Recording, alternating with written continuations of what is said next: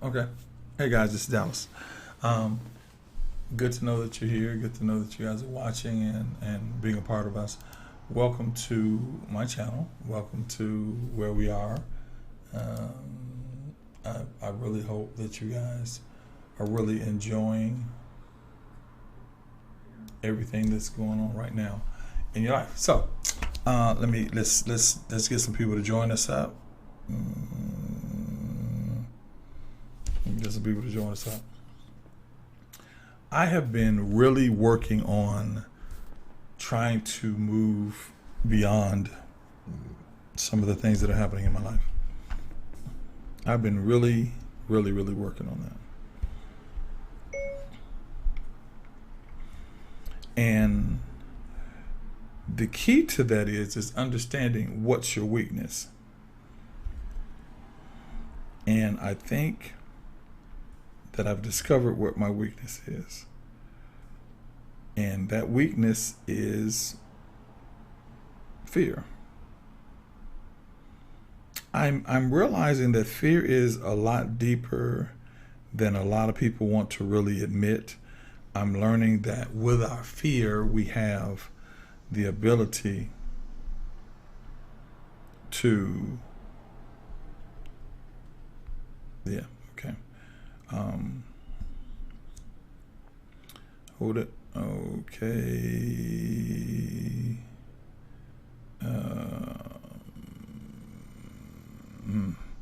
Okay, guys, I need to do this first, unless there's somebody that's going to come and work for me and do it for me.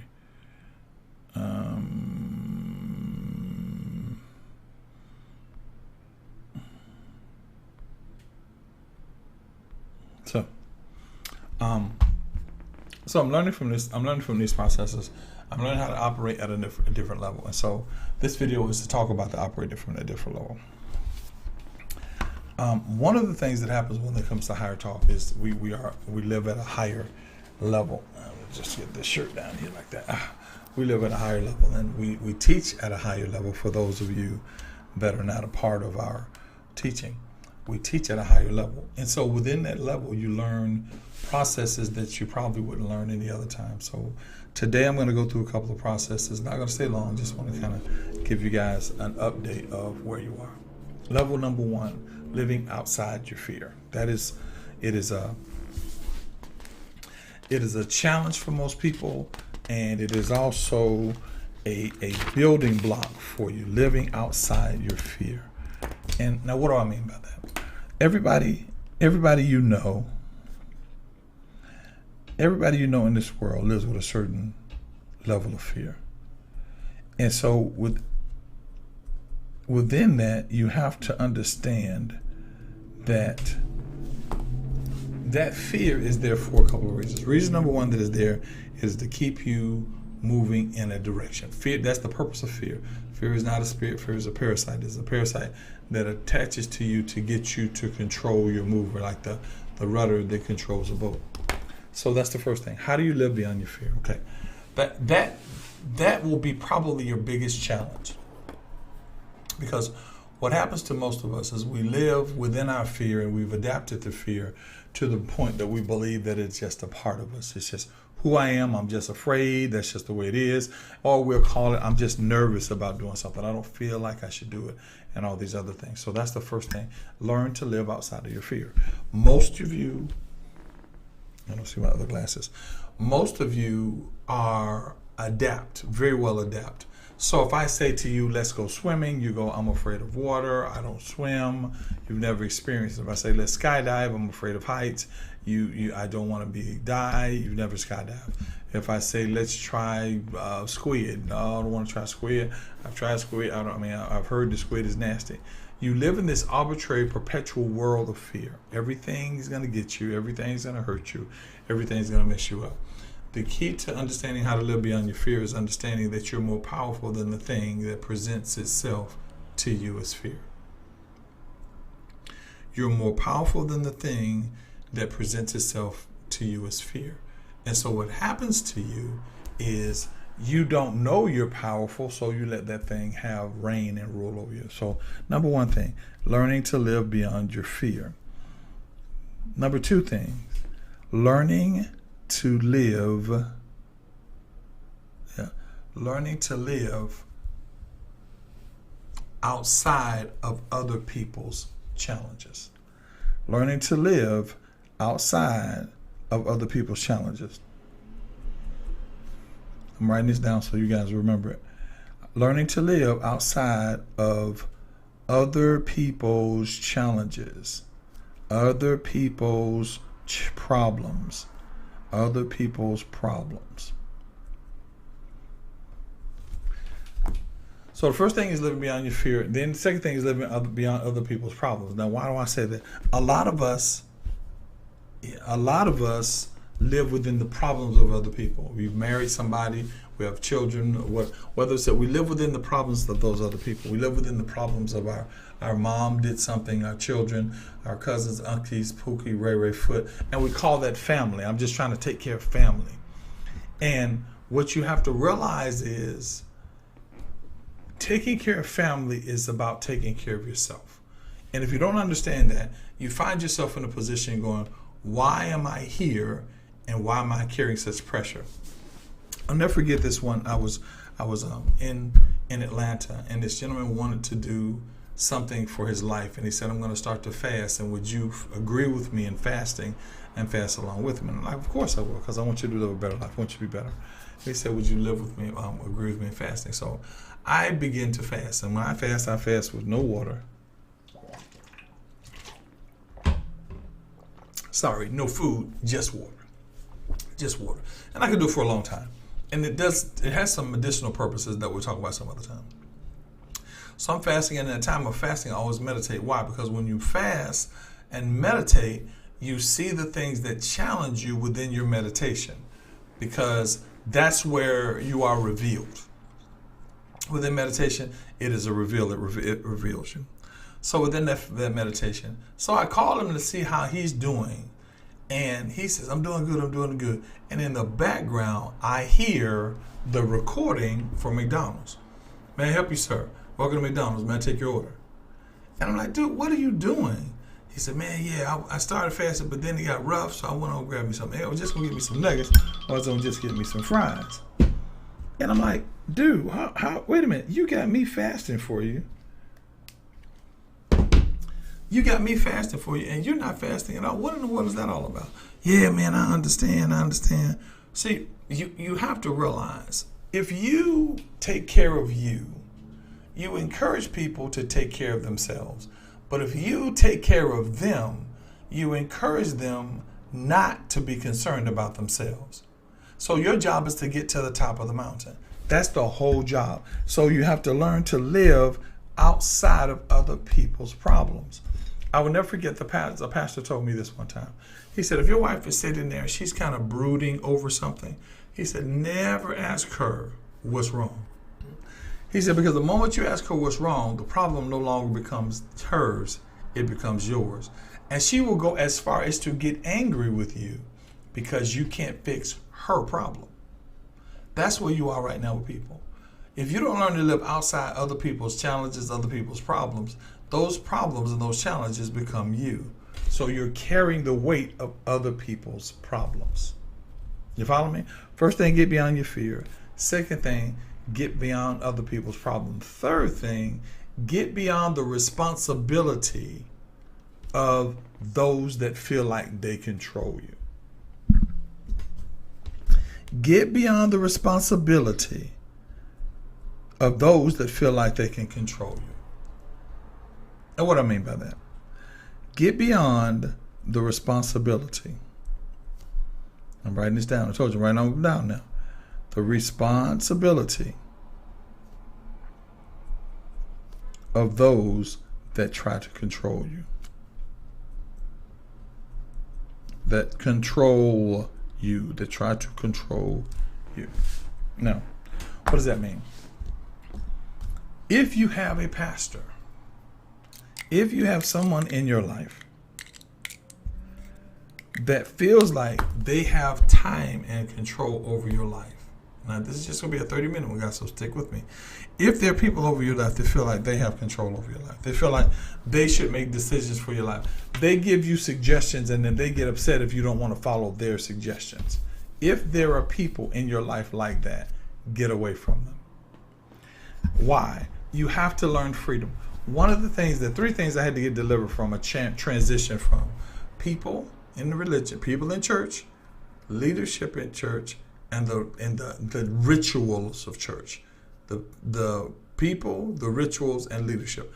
I had to get beyond those. Why? Because they would influence my ability to go to the next level. If I wake up and I feel like God tells me to go walk a mile, and the leader doesn't feel like I should walk a mile because they believe they hear for God better for me than I hear for myself, then I now am battling in my mind what he said over what God said over what I believe.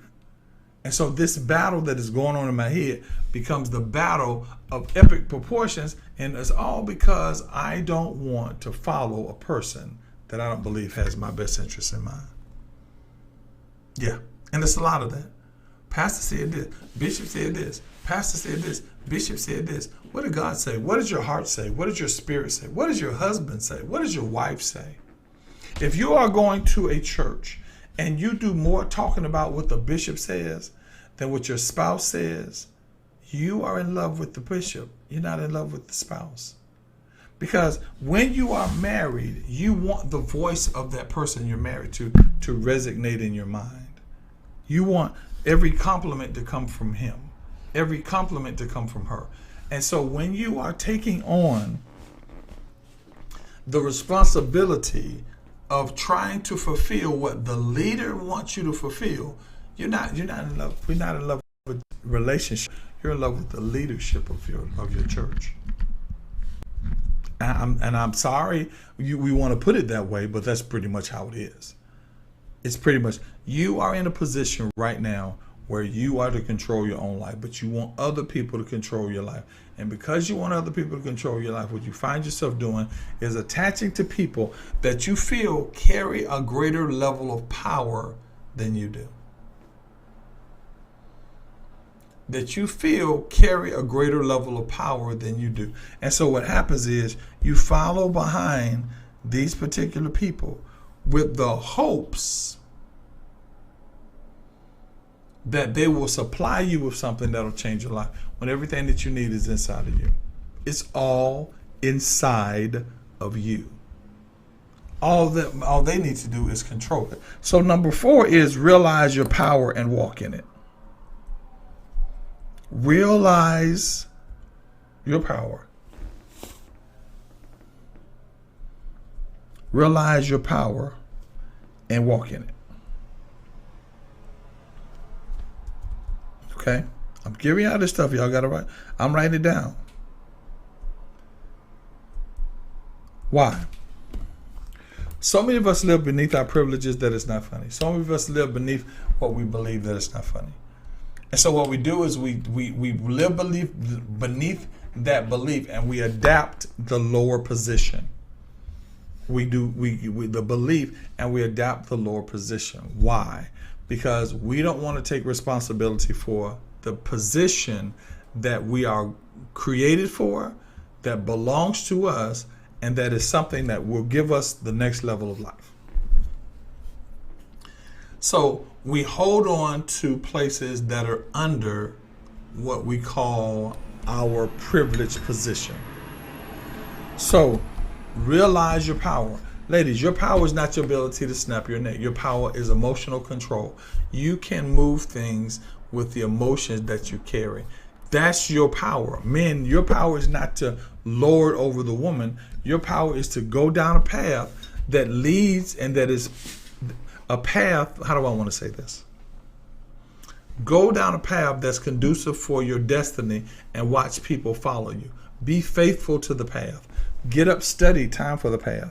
But don't let yourself be put in a position where you are lost of power, or your power is decreased because somebody does not like the way you do what you need to do. Number 1, live outside of your fear. Number 2, live in the attitude. Don't live Oh, live outside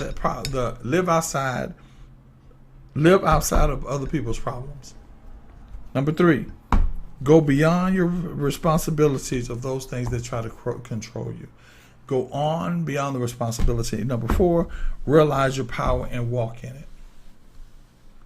Number 5, respect people the way you would like to be respected.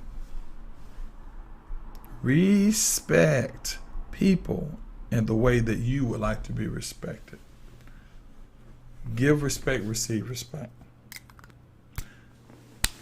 It is amazing to me how many people will yell at the McDonald's cashier because of prices of the hamburgers when it actually has absolutely nothing to do with her. Yell at her because the hamburger is too expensive when her job was never to build the hamburger. Her job was never to create the hamburger. Her job was simply to take the hamburger, cash it out, give the burger to you.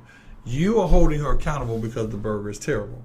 Now, I know there are people that are just mean about it, but you are holding her accountable because it's terrible. The burger didn't take great. Number 1, she may not have cooked the burger. Number 2, the meat itself, the cook is the person that handles that. She's just simply going, hey, I'm gonna stay here and take your money and put it into another process that comes around and builds into the hamburger. So you're holding the wrong person responsible.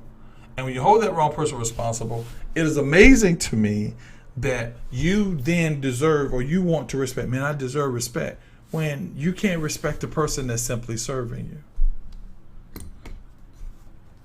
Respect people in the way that you want to be respected. Respect people in the way you want to be respected. You got me? And if you understand that, that's a spiritual concept. That is a spiritual concept. When you understand that, you'll be able to move in levels that you never thought you could move in, because you thought that you were whatever, your personality, you're fat, you're skinny, you're tall, you're old, you're young, whatever those things. When you understand that, when you begin to respect people in the way that you want to be respected, what you're going to find is people will begin to do things for you because they respect you. And that's an opportunity for God to be glorified. And that's an opportunity for God to be, that's an opportunity for you to be glorified with God. That's an opportunity. So let's do this a different way. Let's say that you need something done. You need a house done, or you need something taking place. And because you need those things taking place, you go to this particular person. And this person supplies you with all the things that you need to fix this house or fix the car, or whatever the situation is. They lay them on the ground and say, here, figure it out. At that moment, you will feel disrespected because you don't fix cars, or you don't do contracting, and why did they bring you the product? Same situation. You go to a McDonald's, you go to a restaurant, and they bring you the food. And that food is given to them by the chef or the cook or whoever it is, and the back say, here, now go fix whatever the problem is and take them the food. That's what's happening to them every day.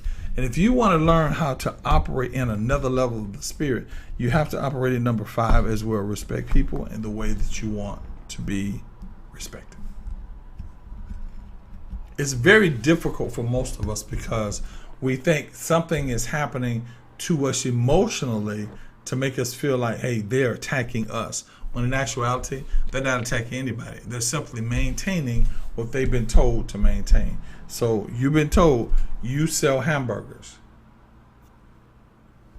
That's what you do.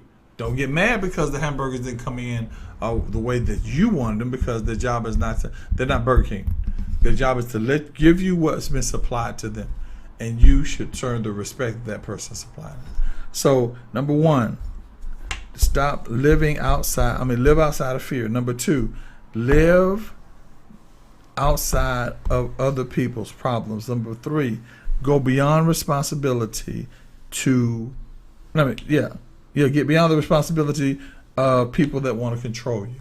Number 4, realize your power and walk in it. And number 5, respect people in the way that you want to be respected. Respect people in the way that you want to be respected. Now, that's all I have for you guys today. That's it. That's all I have. Hopefully you want to see it. You can watch it again on YouTube. My name is William Dallas. This is the Higher Standards Chronicles. We're here for you. We're here to help you build the spirit of your mind. Write those things down. If you want to get a copy of what I wrote down, just send me a DM, say I want a copy, and I'll send you a copy of it. All right? All right, my friends. I thank you very much for your time. I love you so much. Peace.